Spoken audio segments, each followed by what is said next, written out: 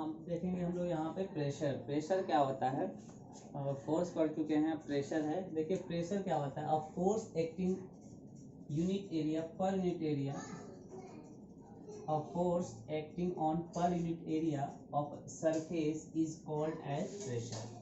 Pressure उसे बोलते हैं जहाँ किसी भी सरफेस पे पर यूनिट एरिया जो फोर्स लग रहा है उसे हम लोग क्या बोलते हैं, प्रेशर बोलते हैं। जैसे देखिए factor on which pressure depend, किस पे डिपेंड कर रहा है, it is directly proportional to the force. यहाँ पे P फॉर प्रेशर है, फोर्स के डायरेक्टली प्रोपोर्शनल है, यानी प्रेशर जो है फोर्स के प्रोपोर्शनल होगा। It is the inversely proportional to the area.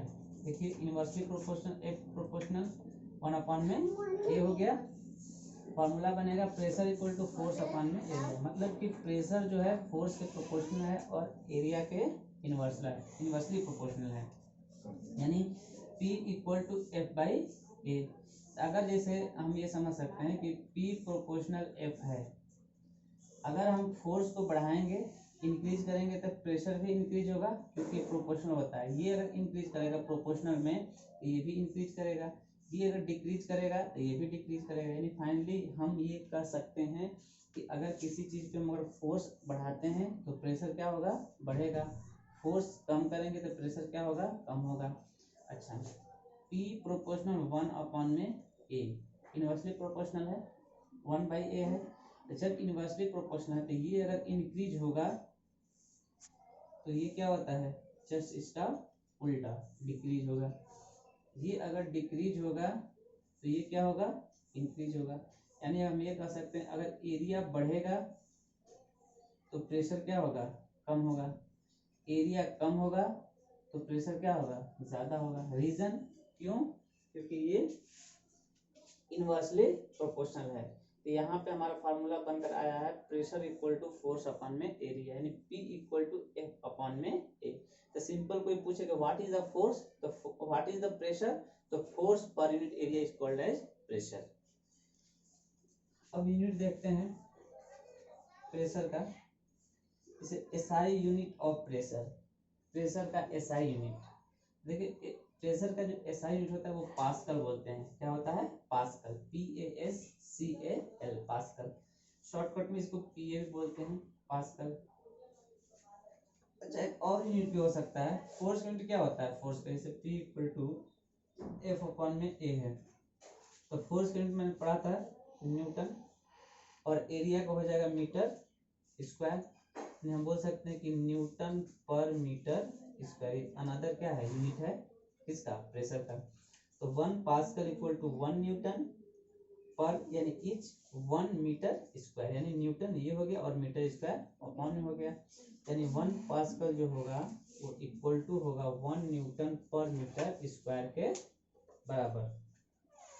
तो दूसरे पॉइंट ऑफ व्यू से हम ये भी कह सकते हैं कि प्रेशर जो होता है, pressure is defined as 1 pascal when 1 newton force is applied on 1 metre square area. Means कि अगर हम किसी चीज पे 1 न्यूटन फोर्स लगा रहे हैं पर यूनिट एरिया का, तो वो किसके इक्वल होगा, 1 पास्कल के इक्वल होगा। तो ये हमारा था प्रेशर का अनदर डेफिनेशन, और SI यूनिट है। और यहाँ पे ये हमारे पास है, जिससे इसका एग्जाम्पल अगर हमको समझना है प्रेशर के लिए, जैसे मान लीजिए नाइफ है, अगर नाइफ शार्प है, नाइफ अगर शार्प है तो उस पर अगर शार्प है तो उसका एरिया क्या है, कम है। तो जब एरिया कम है तो उसको प्रेशर क्या होगा, ज़्यादा होगा। रीजन देखिए, एरिया अगर ये कम है तो प्रेशर क्या होगा, ज़्यादा होगा। इसलिए अगर हम शार्प नाइफ से किसी वेजिटेबल को कट करते हैं तो क्या होता है, इजीली कट हो जाता है। अब अगर वही ब्लंट नाइफ हो तो उसमें क्या होगा, जब ब्लंट होगा तो उसका एरिया बढ़ गया। अगर एरिया बढ़ गया इसका मतलब कि प्रेशर कम लगेगा। रीजन देखिए, एरिया ये बढ़ेगा तो ये कम होगा। जैसे ही एरिया बढ़ा तो प्रेशर कम हो गया, तो क्या होगा, प्रेशर कम लगेगा तो इजीली कट नहीं कर पाएगा। या अनदर एग्जांपल हिल से भी दे सकते हैं। जो हिल स्लीपर होता है, जैसे पेंसिल हिल होता है, पेंसिल हिल, तो उसमें अगर वो पेंसिल वाला हिल है तो उसका क्या है, एरिया बहुत ही कम है। जब एरिया कम होगा तो प्रेशर क्या होगा, ज़्यादा होगा। अगर हील वाला ना हो सिंपल जिसमें एरिया ज़्यादा है तो प्रेशर क्या होगा, उस पर कम पड़ेगा। वो इस रीजन से आप डिफाइन कर सकते हैं। तो इसके एग्जांपल भी हो गए, प्रेशर भी बता दिया मैंने, प्रेशर क्या होता है, इसके एग्जांपल एसआई यूनिट, और ये आपका रहा अनदर डेफिनेशन। ठीक है, ओके।